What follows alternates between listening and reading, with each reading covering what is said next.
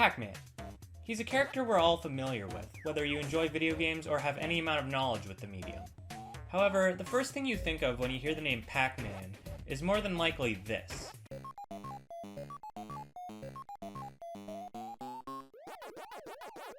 The original arcade game where you eat dots in a maze avoiding ghosts. However, did you know Pac-Man had several games after that original arcade game? Sure, you may know about the countless Namco arcade game collections that include the original arcade game, but there were also sequels to that original arcade game like Ms. Pac-Man and Junior Pac-Man. There was a kart racer, Pac-Man World Rally, and there were platformers. There was Pac-Land in 1984, Pac-Man World in 1999, and the game I'll be talking about today, Pac-Man World 2. Let's start by talking about the game's story. The game has a fairly simple plot.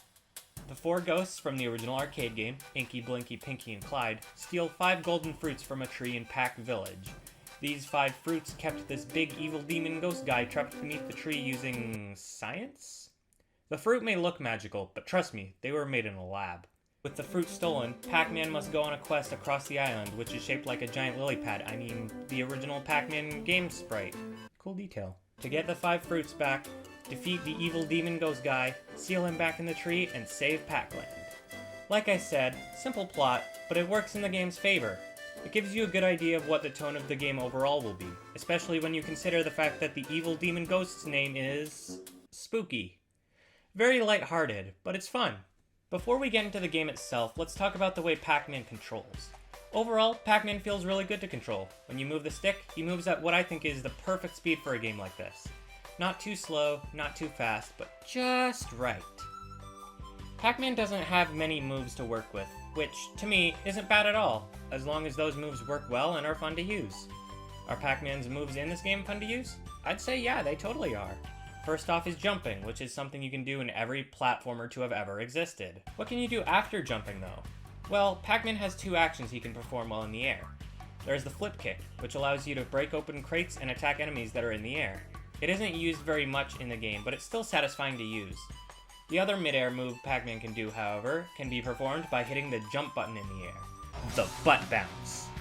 Not only is this move very satisfying to do, but it also just makes perfect sense for a character who is shaped like a ball. This will likely be your primary form of attack in this game. You just jump above an enemy, hit the jump button, and you squash them to death with immense force. The butt bounce also lets you jump slightly higher than usual, which makes it great for getting a little bit of extra height for a jump when you need it. The last move Pac-Man has is the rev roll, which makes him rev up in place for a little bit, and then shoots off quickly. I'm using footage of the wrong game here, hold on.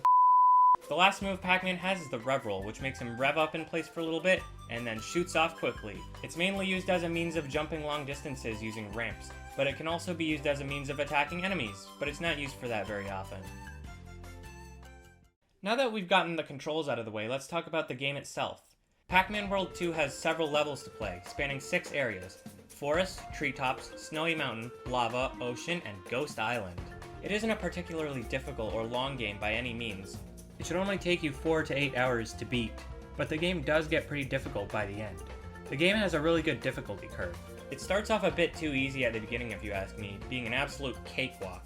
But the difficulty ramps up a little bit in the treetop levels, starts to get tough when you get to the snowy mountain levels, continues being tough in the lava levels, slows down a bit in the water levels, then when you get to Ghost Island, the game will really start to test your skills. The last level before the final boss feels like a giant maze, which kinda makes us go full circle here. Speaking of mazes, almost every level in the game has a maze styled after the original Pac-Man you can play by finding a Galaxian hidden somewhere in the level. These are really cool and a neat callback to Pac-Man's roots. Like I said, the game isn't too difficult, but that's only ignoring Pac-Man World 2's biggest flaw. It's completely optional, but I'll get to that in a bit. First, let's talk about the game's bonus content. It'll all make sense in a minute, just hear me out. Much like the original Pac-Man World on PS1, Pac-Man World 2 allows you to play the original Pac-Man arcade game as a little bonus feature. However, unlike in that original game, there are more classic Pac-Man arcade games, and the mazes I mentioned earlier, which you can play in this here arcade. But how do you unlock them? By collecting tokens! There are 8 of these tokens in each level, with the addition of 2 bonus tokens. One of these tokens can be obtained by beating the level within a certain time limit in the game's time trial mode. Time trial is exactly what you think it is. Touch the clock at the beginning and get to the end of the level as soon as possible. I'm using footage of the wrong game again, aren't I? But what about the other bonus token? Well, that's where we get to Pac-Man World 2's biggest flaw. How do you get the other bonus token that is found in each level? Well, in the footage I've used throughout the video, you may have noticed that I've been collecting things. What are these collectibles for? Well, there's a reason I've been neglecting them this whole video. First off, there's Pac Dots, which are the very same dots in the mazes of the original arcade games. I've always wondered what these things tasted like. Maybe a sort of sweet and salty taste? I don't know. Collect 50 of these and you get a piece of health back. Then there are the fruits. If you collect one, you get some points. Get 25,000 points and you'll get an extra life. Pretty standard stuff. However, that bonus token I talked about, in order to get that, you need to get every single fruit and Pac Dot in the level in one shot, and the game doesn't even tell you what you missed until after you've already beaten the level. To unlock all the arcade games, you need 180 tokens. You don't get anything else for beating the game 100%, other than bragging rights. So in short, you're working your ass off all to do this.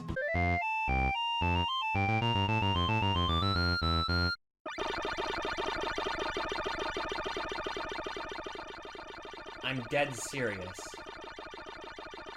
Overall, I think Pac-Man World 2 is a really fun game. It has its flaws, but those flaws can very easily be overlooked and ignored by most players. The game isn't available on any modern platforms, but I think it really should be, because it's a fun little game. It's on GameCube, PS2, and the original Xbox, so if you have one of those consoles, I recommend picking it up if you can. It won't blow your mind anything, but it's a fun time.